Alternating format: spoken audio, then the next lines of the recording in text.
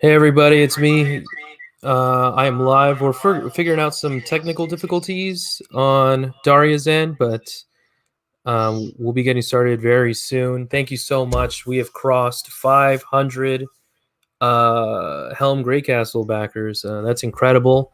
I can't believe that that's actually happening. I'm so grateful for all the support and um this is like it's been a long journey to get to this 30-day campaign. Oh, in the middle of throwing this campaign together, I also had to work on my day job, work on the Witchblade Kickstarter that's currently operating. So managing two Kickstarters has been super exhausting, but I'm glad this one's finally coming to an end in a very special way.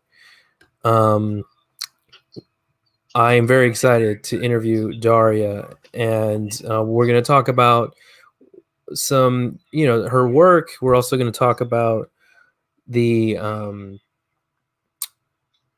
what it's like to be creative and try to make some money in this pandemic year. So I'm going to mute my mic, but I'm also going to show the Kickstarter that's happening right now. If you haven't already, please go on to Kickstarter and support our we're going to try to try to get as many backers in the last 15 hours. So I'm going to mute my mic, and I'm going to try to figure out some technical work, and I'll be right back.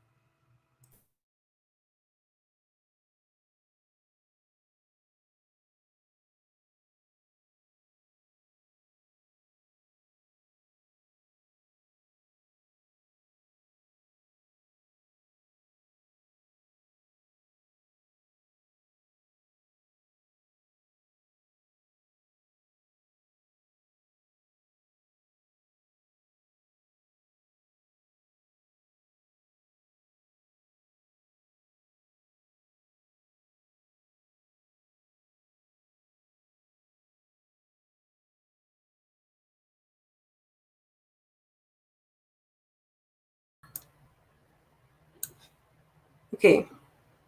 Are you able to? You can hear me? Okay, perfect. All right. You're still muted. Perfect. There we go. There we go. We did it. Thank you so much for doing this. Daria, please introduce yourself to our viewers and people that will be watching this eventually.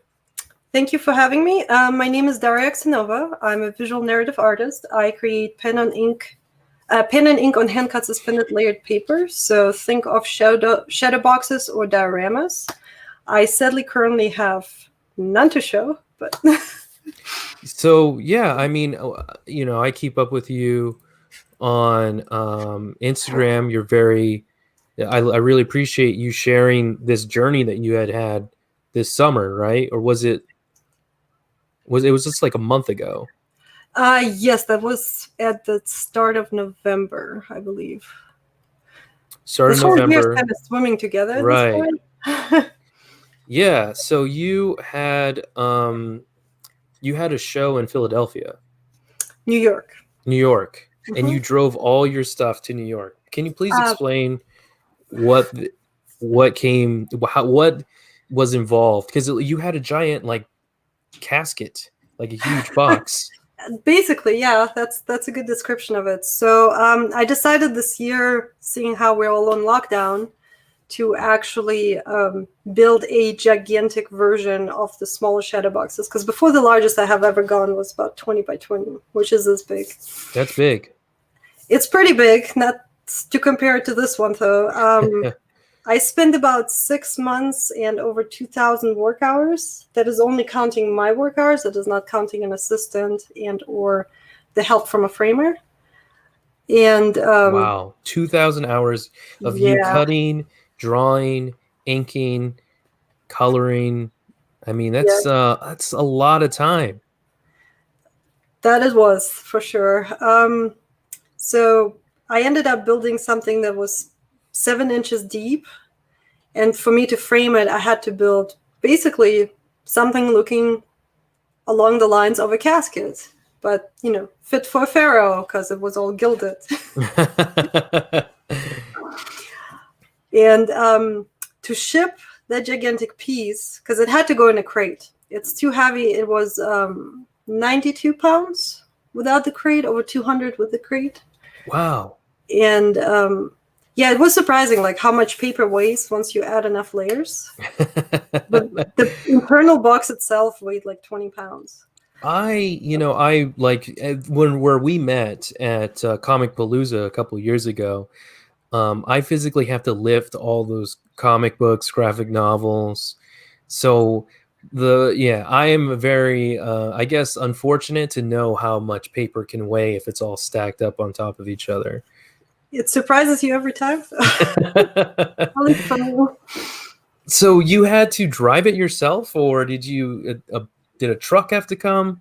I looked into shipping, and it being basically slightly longer than a pallet, and because there was no loading deck or pallet jack in either place, so not my studio building, neither the gallery, that added about $1,000 extra to shipping.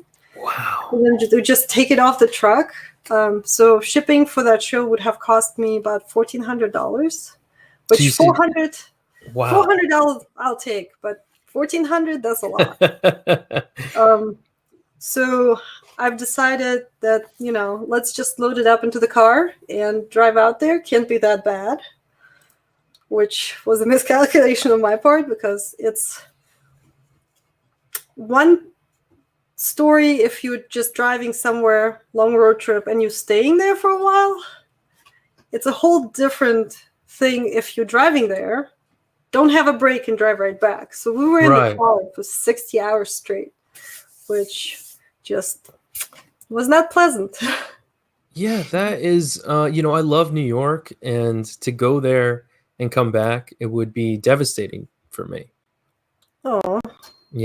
But yeah, so a longer ride, isn't it? Oh yeah, it's like I've driven from Houston to LA a couple years ago, 3 years ago. Yeah. So that's like a 14-hour ride. 22. So you do this giant, amazing piece of art. Yeah. Right. And you drive it to New York. And it's showing there as we speak. Like, what is it doing? Do you know? It was on view in the new location, the gallery location. I think currently it's in the old one because it's now an in-stock piece. So it's still on view with Haven Gallery. They have two locations that are about 3 minutes away from each other now. I hope it's still on the wall.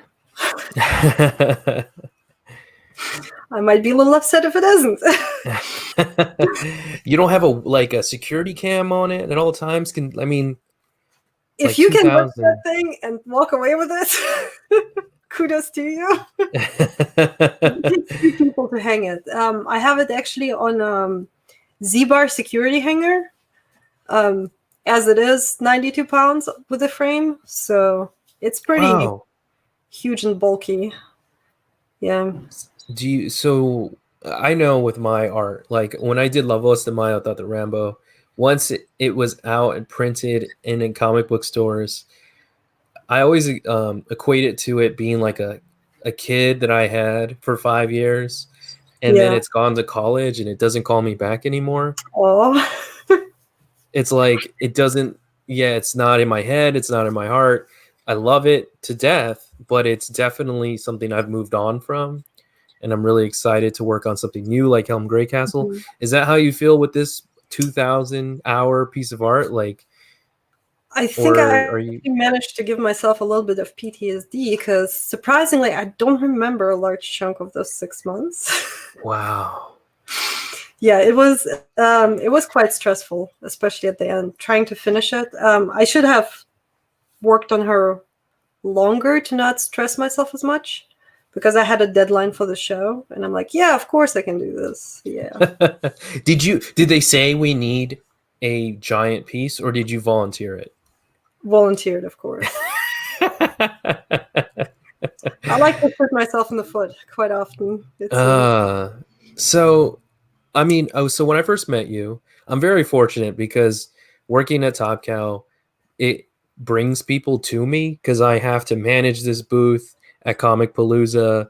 I'm in a city I'm not familiar with, and there's so many local talent like you. You're in Houston, Texas, and you came to the booth, and I was so grateful that you had came to me because I probably wouldn't have met you. But when you had told me where you were at, I went to visit your space, and it was like a gallery. It was such an awesome booth exhibit, and I've never, and I've done shows for like 10 years, and there's always at least one or two artists that I meet or see at a show, and you are one of those people where I saw your art and it stuck with me. Like the work that you do, it's not easy to forget, or it's not something like, it's something that you really want in your house. And that's like when you do a lot of these conventions, you see like Deadpool dressed as Jabba the Hutt with Harley Quinn, and you're like, that's cool if you're into that stuff, and that's just not what I want hanging in my apartment, in my house. But what you're putting out there is definitely something that I wish that I could have. And you also sell art pieces, like prints, but what you're doing something that I don't see done very often. So what was the inspiration for the type of art that you do? So the first Shadowbox actually happened by mistake, believe me or not. I actually spilled a bunch of ink on a flat piece, and it was due the next day. And in good old fashion of all-nighters, I started cutting out the pieces on the flat piece that were still okay, right? And redid the background, redid some other small pieces, and started reassembling them just with glue. But as I started applying them, they threw a very interesting shadow. So I'm like, I need to explore further into it. And so I actually suspended it against each other back then with just, foam board to keep it apart. And at that point, something clicked. So it was an interesting, how to say it correctly. I wouldn't call it inspiration. I would call it a little bit obsession, probably. Interesting. Wow. Yeah, like it clicked in a way that I got obsessed with. So, and wow. I've been since then trying to figure out how to make them deeper, how to make them more interactive, how to make the viewer completely absorbed, preferably in a piece. So at some point they will get larger. Larger, like how? Like 6 feet? I would actually love to have a walk-in, like a 10 by 10 by 10. So gigantic pop-up box. I have a few things drafted up for it, so I just need to find a team big enough. Wow, that's incredible. So where did you learn this? In school? Because I mean, was this in college or in your home? I'm actually self-taught. Oh no, it was about 4 years ago, maybe 3.5. So wow. I'm still fairly new to the art scene. I'm still a little baby. I've started doing art in general, like oil painting and similar, aside from, drawing a lot in high school and school. I guess it's called middle school. I'm from Germany. I grew up in Germany, so okay. There. And then I didn't do anything for the longest time while I was working, and the passion kind of came back. It never really left. So I restarted painting 5 years ago, about. And the shadow boxes were born about 4 years ago. And wow. I've been doing it ever since. That's so I'm fully self-taught, by the way. That's incredible. And the last time I saw you, you were here in LA, and you were going to these like live drawing sessions. Yeah, I traveled out there to go to the lecture by Kim Jung-ji and Katsuo Terada.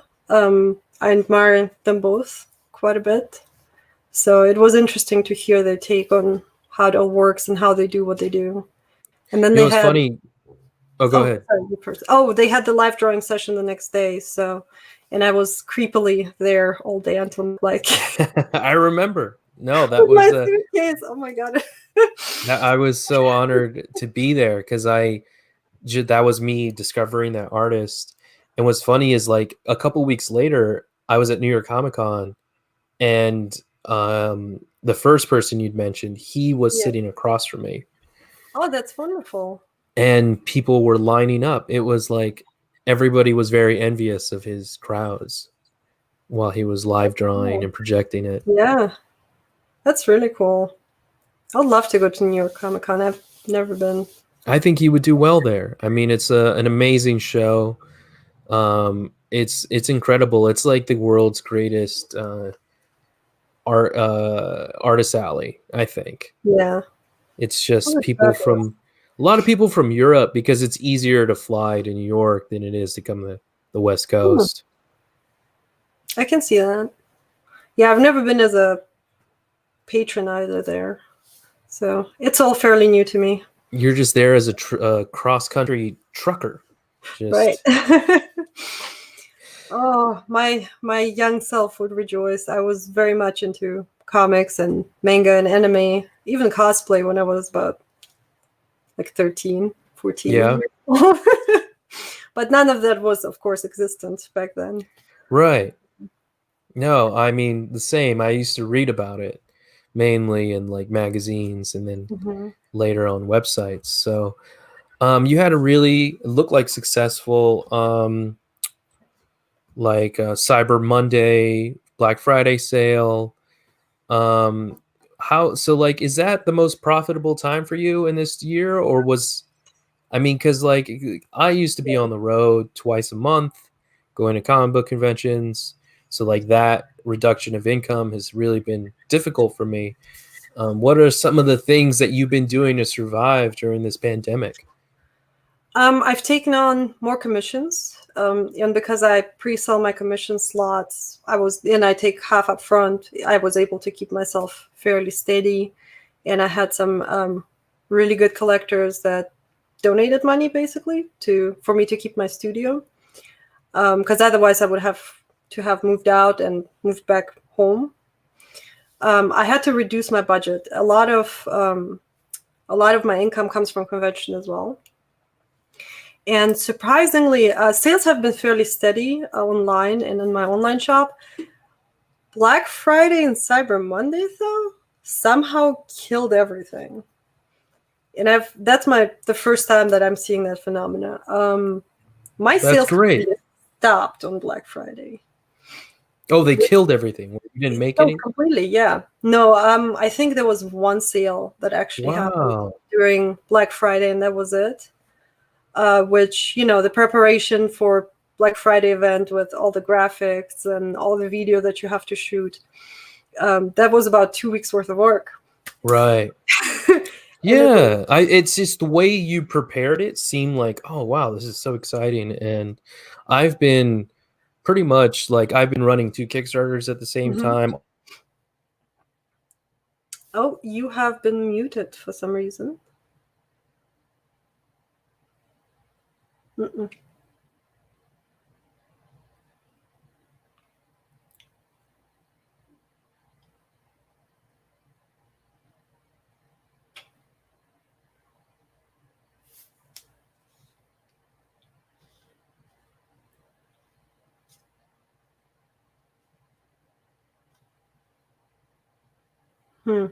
Now you actually hi. Now you actually mute, like the little mute symbol is there. There we go. Now I Oh, hear you. wow. So yeah, I mean, same like for me, it just like there is a lot of time that goes into promoting these events and then not seeing a lot of return. But I'm glad that, throughout the year and you were able to keep your studio, because there's a lot of people that, that's a major danger for. And in my hometown, Yeah. I've seen a couple people lose their studios or move to a smaller space. So um, Yeah. that's great. Now, knock on wood, I've had very supportive community so far. But yeah, that was the first time. I've had a few calls with other artists because we do like a end of year comparison. What's been happening, what has worked, what hasn't. And the split is basically like right down the middle. There's people who killed it during Black Friday, and there's people whose sales just disappeared for some Oh wow. reason. So we still don't know why that happened. Because last Black Friday, it was perfectly fine. So, Yeah. No, I mean it's one of those things where I wasn't gonna launch Helm Greycastle if the election would have went the other way.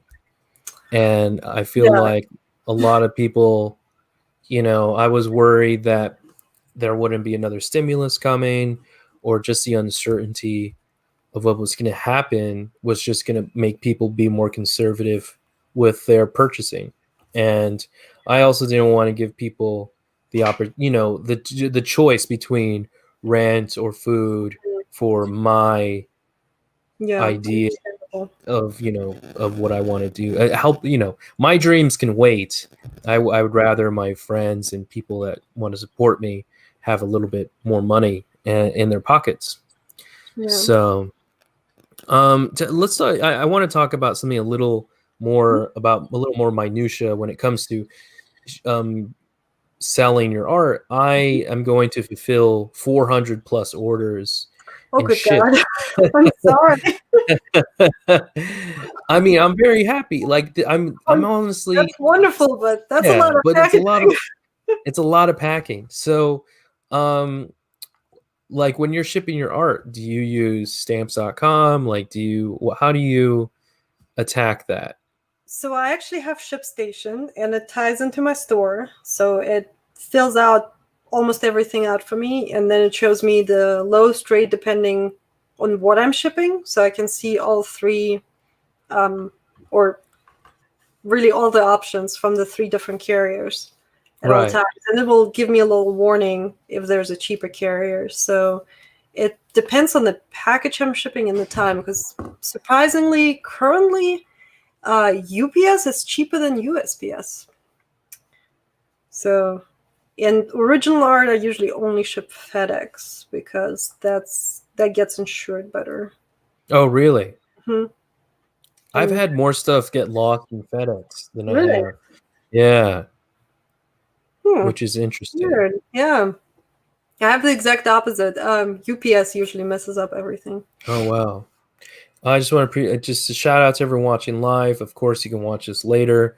I'm just trying to do more video content and do more, engagement with people that I respect and appreciate, like yourself, Thank and you. kind of show how the sausage is made when it comes to making comics, art, and giving people a behind the scenes look on how hard it is to do this and why we should appreciate it a little bit more. Understandable. And so you have a Twitch channel, and you like I to, do. please That tell us how actually, we can watch you do your work. I try to be on Twitch Monday, Wednesday, Friday from 7 p.m. CST until about 10. I've been a little more unreliable lately, just because it's hard to get, after that gigantic deadline, it's hard to get back into the groove. But Twitch actually has been a huge support for me during the start of the pandemic. I started in March, right as the lockdown started. And that actually helped me drive sales towards my store, which has been also a big helper. But yeah, you can find me there usually Wednesday, Friday, sometimes Monday. Is Burrito there? He is. Do you want me to whip him out? Yes, I am a fan of Daria's exotic companion. Oh, You big boy. Wow. Hi. That is a possum, Yes. everyone. That is a beautiful possum named Burrito, which I'm a fan of on Instagram. And I'm sure views. Oh my God! Look how let's make you big. There we go. All right, let's see if I can just make you. There it is. There we go. Wow, He's that's like a. How did you find Burrito? He's a rescue. His mom got killed, and Oh, he is a non-release rescue. So let me tilt my screen. Oh, he's you hear him sniffing. sniffing. He's waking up. Was he asleep? Yeah. Oh, He's no. today. So he's a non-releasable rescue because he gets seizures. Wow. Oh, it's not everywhere. So he stays with me. It's like a mix between a cat and a dog, behavior-wise. Does he play? Does he walk? He runs around. He actually has a. Sorry, 1 second. That's fine. Back in the box. He has a running wheel which he likes to use. We sometimes go for walks as well. So, bless you. So he is actually leash trained or harness Wow. trained. They're very smart creatures, so they're quite. I believe it. I mean, they have to survive in the wild. There's a lot of like inherent, knowledge they have to be born with. This one has definitely figured out that he can be lazy very quickly. What a lucky possum. And he gets whatever he wants. I mean, you don't have kids, right? I do not. Not that you even told me about any children. I got 3 furry babies with Burrito. I have 2 dogs as well. And they wow. So. That is, I appreciate you bringing Burrito on. Of course. I'm sure that's going to be the most popular thing about this video. I try not to make these too long. So, and I'm very, I want to be respectful of your time. I'm sure you got a lot of work to do. So you have a Patreon? I do have a Patreon. I started that also at the start of the pandemic. I finally had the time to do it. Right. So what can people get from that? Because there's a lot of Patreons out there. Why should we back yours? So you get behind the scenes, like backstage. That's what I'm thinking of. You get backstage access, so you get photos and videos of how things are done. You get write-ups about it. There's also merchandise subscriptions, if you would like. So there's a sticker tier. There's a miniature print tier. There is a embellished print tier that is in the miniature, and the embellished prints are only available through the Patreon. There's also a large print tier, which is basically a subscription. Sorry, he's coughing. Which is basically a subscription to my store. Mm-hmm. So you will get once a month a print shipped to you. Wow.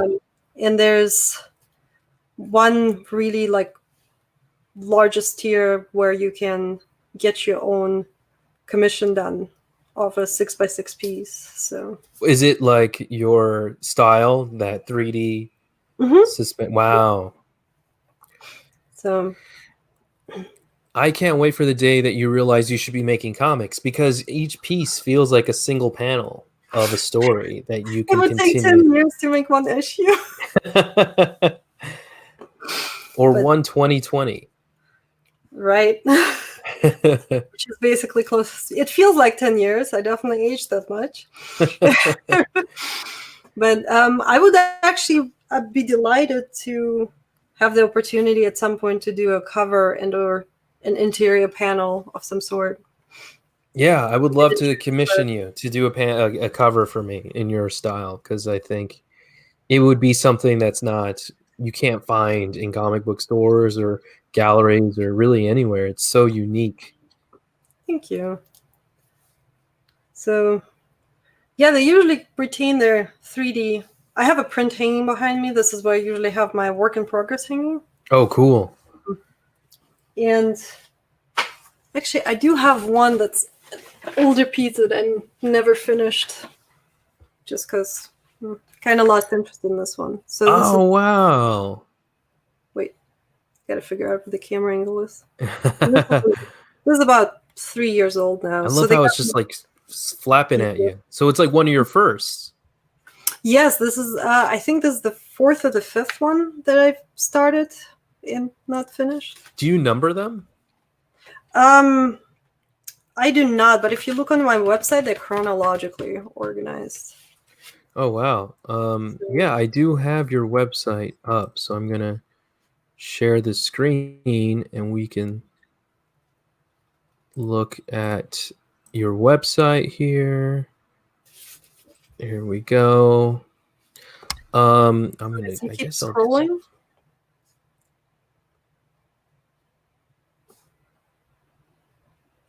Not wanting to scroll. Is it? Oh, Oh, there's. yeah. I have to.